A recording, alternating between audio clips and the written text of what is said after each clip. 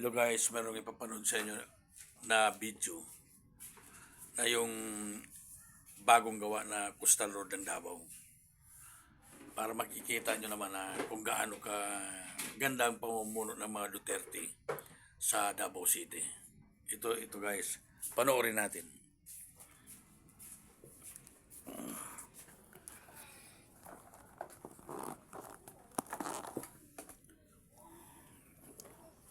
Dali lang, ayusin ko lang ha. Walang ano man. So that. Kino, Ako babalay ko na sa anas ko.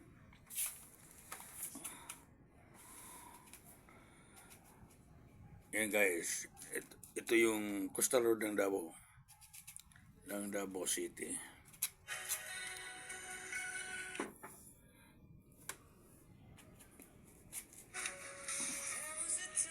Yan. Yan yung mga project ni Rodrigo Roa Duterte sa Davao City. Marami pa. Pero ito yung pinakamaganda. Ang ating farm. Yan, yun ang Coastal Road ng Davao. Yan, panoorin natin. Sa lungsod ng Davao, Pilipinas.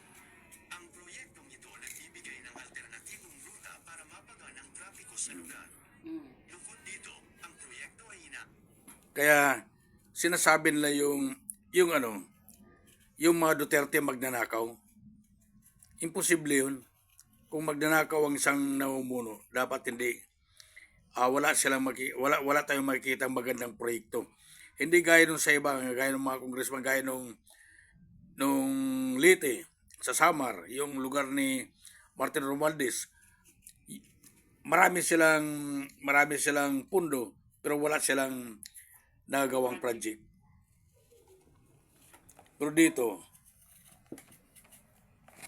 Siyempre namimigay. Pinamimigay lang akap. ay na.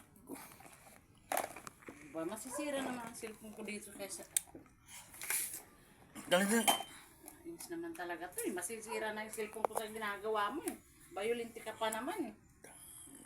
Pag hindi na ano eh. mga sosyo-ekonomikong issue, kabilang ang paglikha ng trabaho sa panahon ng yung matay. konstruksyon at pagtaas Natural. ng aktibidad sa ekonomiya na Tuloy. bunga ng pagpapabuti sa aksesibilidad at konektibidad. Ganit ang ulo, huwag ka Ang maganyan eh. kalsadang ito ay may magandang tanawin ng dagat habang naglalakbay. At ito rin ay nagbibigay ng access Yung sa tinuulo, dapat di nagaganyan. tulad ng mga resort, seafood restaurants, at iba pang pasyalan. Bukod sa pagiging ruta ng transportasyon, ang Coastal Road ay karaniwang puntahan din para sa mga naglalakad o Yan. nagbibisikleta na nais mag-relax sa tabi ng Tapos sabihin nila na magnanakaw yung Duterte. Mayroon ba yung mga dito sa ano?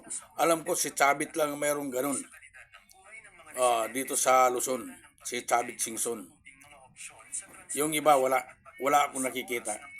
Yun ang totoo. Sa Davao at saka Davao at saka Ilocos ang mayroong ganung mga project. Yan.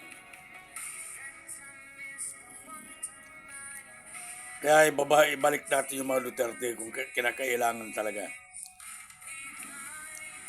Tapos, ang gawing senador, alam na natin, yan, si Chavit, Marcolita, sila si Bato, Bongo, lahat ng nakadikit kay Duterte, dapat sila yung ibubuto natin para maging maayos yung bansa.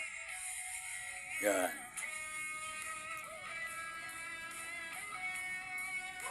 Yan mga guys, yan yung tatak Duterte. Pero wala kang nakikita dyan na nakalagay na Duterte Legacy. Dahil ayaw nila kasi hindi niya pera yan. Pera ng taong bayan.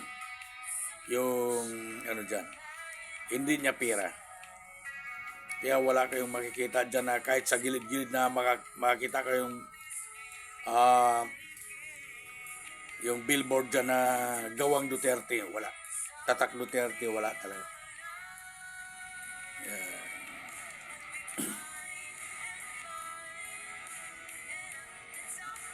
Yan.